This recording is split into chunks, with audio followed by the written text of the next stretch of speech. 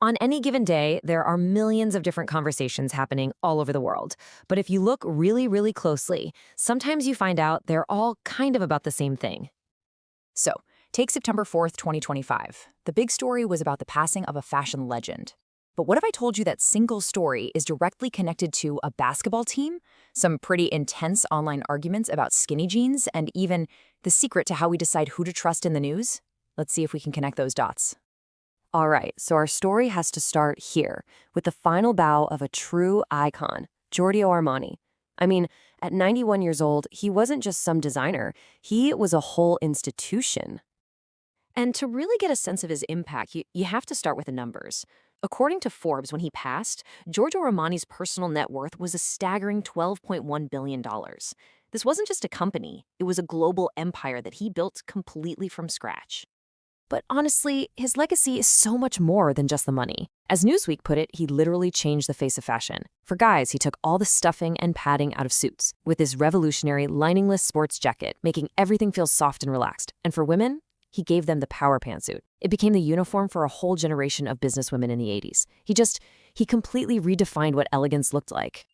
And his influence, man, it went so far beyond the runway. He dressed Hollywood in over 200 movies. He owned a professional basketball team, Olimpia Milano. He expanded into everything from luxury hotels to real estate. And the craziest part, he did it all while staying fiercely independent. He was the CEO and the sole shareholder right up until the very end. Okay, so here's where it starts to get really interesting. A story this big doesn't just stay in one little box. It creates these echoes, these ripples that travel out into completely different worlds. And the way people react, well, that tells you a whole lot. So on one hand, you've got the official corporate reaction. The Financial Times is reporting on his carefully crafted succession plan, a smooth transition of power to his family and his longtime collaborator. It's all about business continuity, protecting the brand, preserving the legacy. But then, on the exact same day, you get this. A comment from a basketball fan on Reddit. No talk about succession plans, no mention of share capital, just pure, raw, heartfelt gratitude for saving their team. Eternally grateful, they wrote. It's the same story, but it's being felt in a completely different emotional universe. And this right here, this is the crucial point. While the whole world was processing the Armani news, other, equally passionate conversations were happening all over the internet. And they seem totally unrelated, but they all share this one common thread, this deep, human search for authenticity. I mean, just look at this post from a men's fashion forum. It's a guy in his late 20s who loves his business casual style, sports jackets, dress pants, but he feels conflicted. He's in a world of t-shirts and jeans, even at his own CEO's level, and he's asking, do you also feel out of place sometimes? He's really asking if his own personal expression, his own authenticity still has a place. Now jump right back over to that basketball forum. Here's a fan who is just furious that the EuroLeague is expanding to Dubai. They feel like it's a total cash grab that ignores the real, authentic basketball nations. They call it growing the brand in a horrible way. See, it's the same fight as the guy on the fashion forum, just on a different battlefield. It's a battle for the soul and the authenticity of something they love. And these passionate debates, they're everywhere. They can be fun, lighthearted style rules about who can wear trucker hats, or they can be these really deep questions about quality and craftsmanship. People are debating skinny jeans one minute and then sharing these incredibly moving stories about their local tailor who passed away. Each one of these is a hill we die on, and each one is a perfect reflection of what we really truly value. So, what on earth connects a fashion icon's death to arguments about skinny jeans and sports leagues? Well, the answer is in how we all process information and how we decide what and who to trust. So let's unpack the anatomy of that trust, using a UK media report as our guide. So it comes down to this key concept.